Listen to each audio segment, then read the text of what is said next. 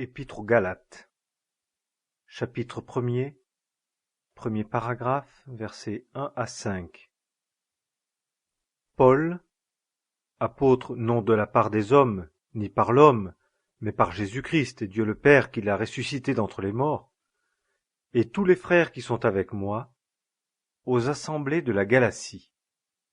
Grâce et paix à vous de la part de Dieu le Père et de notre Seigneur Jésus-Christ, qui s'est donné lui-même pour nos péchés, en sorte qu'il nous retira du présent siècle mauvais, selon la volonté de notre Dieu et Père, auquel soit la gloire au siècle des siècles.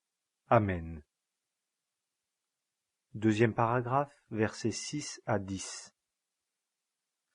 Je m'étonne de ce que vous passez si promptement de celui qui vous a appelé par la grâce de Christ à un évangile différent, qui n'en est pas un autre. Mais il y a des gens qui vous troublent et qui veulent pervertir l'évangile du Christ. Mais quand nous-mêmes, ou quand un ange venu du ciel vous évangéliserait outre ce que nous vous avons évangélisé, qu'il soit anathème. Comme nous l'avons déjà dit, maintenant aussi je le dis encore, si quelqu'un vous évangélise outre ce que vous avez reçu, qu'il soit anathème. Car maintenant, est-ce que je m'applique à satisfaire des hommes ou Dieu?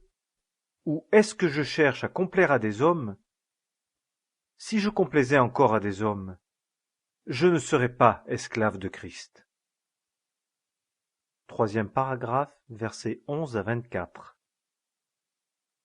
Or, je vous fais savoir, frères, que l'évangile qui a été annoncé par moi n'est pas selon l'homme. Car moi, je ne l'ai pas reçu de l'homme non plus, ni appris, mais par la révélation de Jésus-Christ. Car vous avez ouï dire quelle a été autrefois ma conduite dans le judaïsme, comment je persécutais outre mesure l'assemblée de Dieu et la dévastais, et comment j'avançais dans le judaïsme plus que plusieurs de ceux de mon âge dans ma nation, étant le plus ardent zélateur des traditions de mes pères. Mais quand il plut à Dieu, qui m'a mis à part dès le ventre de ma mère et qui m'a appelé par sa grâce, de révéler son Fils en moi, afin que je l'annonçasse parmi les nations, aussitôt je ne pris pas conseil de la chair ni du sang, ni ne montai à Jérusalem vers ceux qui étaient apôtres avant moi, mais je m'en allai en Arabie, et je retournai de nouveau à Damas. Puis, 3 ans après, je montai à Jérusalem pour faire la connaissance de Céphas, et je demeurai chez lui 15 jours, et je ne vis aucun autre des apôtres, sinon Jacques, le frère du Seigneur. Or, dans les choses que je vous écris, voici, devant Dieu, je ne mens point. Ensuite, j'allai dans les pays de Syrie et de Cilicie.